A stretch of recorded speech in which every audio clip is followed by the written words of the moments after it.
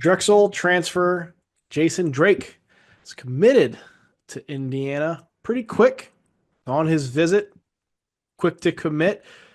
Had a St. John's visit coming on Thursday. Didn't need that. Hoosiers able to lock up the commitment of Mr. Drake there. Dion, what do you make of that? Yeah, I'm sure it had nothing to do with St. John's getting Ian Jackson. No, none. Never that. It had everything to do with him wanting to go to Indiana. No, I think it's listen, at this point, DeVries is filling out his roster, right? He has his starters locked in. He's filling out his role players. I think they're bringing in a high energy guy. He gives you a lot of effort on the defensive end, and on top of that, if there's one thing about DeVries you're going to know he's going to do, he's going to get shooters. This kid shot 39.6% from three last year on on a good amount of attempts as well. Give me one second. Yeah, it was on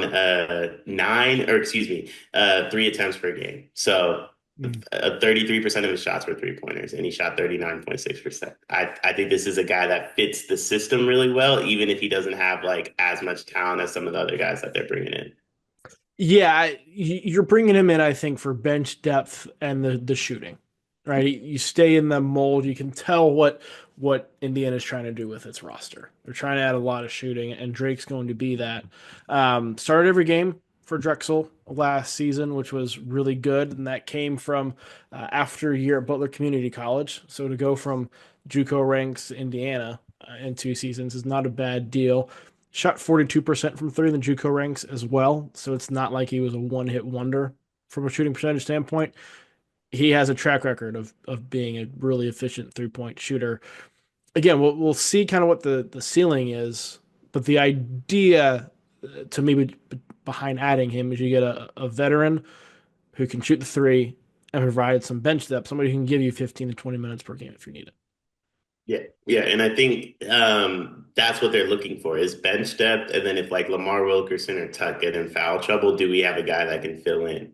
And that's what he can do. He can not only can he fill in if you don't wish injury upon anybody, but if somebody's a little banged up or whatever, he can start for you, but he can also provide 12, 15 minutes off the bench very easily and not you don't have like a huge fall off. Yeah, averaged over 3 boards and 3 assists per game last season as well. So there's more to his game than just being a standstill, spot up shooter. But he is somebody who I think that's going to be his role again, moving up a level to go play for Indiana from Drexel. Was a really good guard for the Dragons. Did a number of things. Um, with Indiana's roster as a whole, now that we're added Drake to the mix here, does this raise your thought on where their ceiling could be? Where do you see them like right now in the Big Ten pecking order? We interrupt this sleepers video to tell you about an offer from Underdog Fantasy. Cart, you love Underdog Fantasy, correct? Of course I do. Can I have a moment real quick? Please.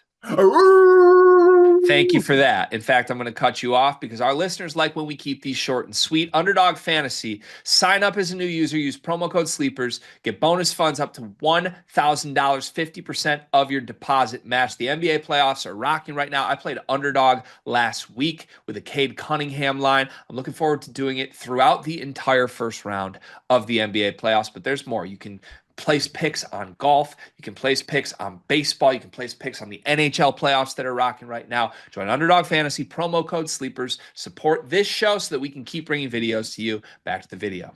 I mean, I've kind of viewed Indiana pretty high up. I like the way DeVries builds a roster. I think he builds a roster to his system. I feel the same way about Ben McCollum. So I'm higher on them than maybe they look on paper. Um, it doesn't it doesn't move them any higher on my list, but it might prevent them from falling, given another team's edition type of thing. Solidifies their spot a little bit more. Yeah, I think I'm with you with that.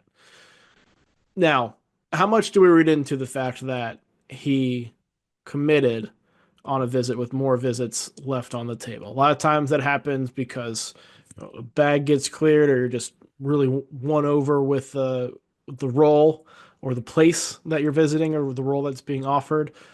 And the St. John's visit on Thursday was still scheduled, but with Ian Jackson, I'm sure that kind of diminished the potential role there.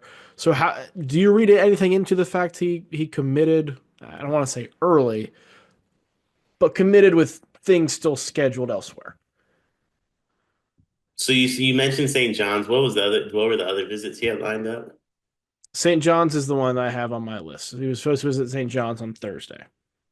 Yeah, I mean, I just read into it. He was visiting. He found out Ian Jackson was committing, so he knew he didn't need to go anymore. That's fair. And so basically, you'd rather take a bench role at Indiana than a bench role at St. John's. If said bench role existed at St. John's. I think there's also a world like, I mean, we're kind of seeing it with Kentucky where it's like, hey, we got Aberdeen. Some of the other guys have been told like we're kind of out of the running on you. There's a world St. John said, hey, we got Ian. Unfortunately, we have to pull our offer. Yeah. Or it's, you can still come, but, you might get 6 to 10 minutes a game as opposed to, 15-ish, which seems to be the way things going in Indiana. Indiana was smart. You get him on campus, wrap it up, give him what he's looking for, secure your roster that way. DeVries knows who he wants. He knows the type of roster he's going to build. They're going to play his brand of basketball. And I think that helps you so much when you're recruiting. I think one thing you're seeing with Indiana this year in comparison to last year, very little wasted time. You're not hearing Indiana on 70 lists. There's not like a million visits Yes. that are coming in. It's like Indiana has this group of targeted players, and more often than not, they're getting them to commit. And I think Jason Drake's just another example of that, where it's like they could have casted a crazy large wide net, and there's nothing wrong with teams that do that. Mark Pope's doing that at Kentucky, and it's working phenomenally Right. for him. But but like DeVries is like, here's the guys I want. I'm gonna just go get the ones I want. And Jason Drake was on that list, and he was able to get it done. Yeah.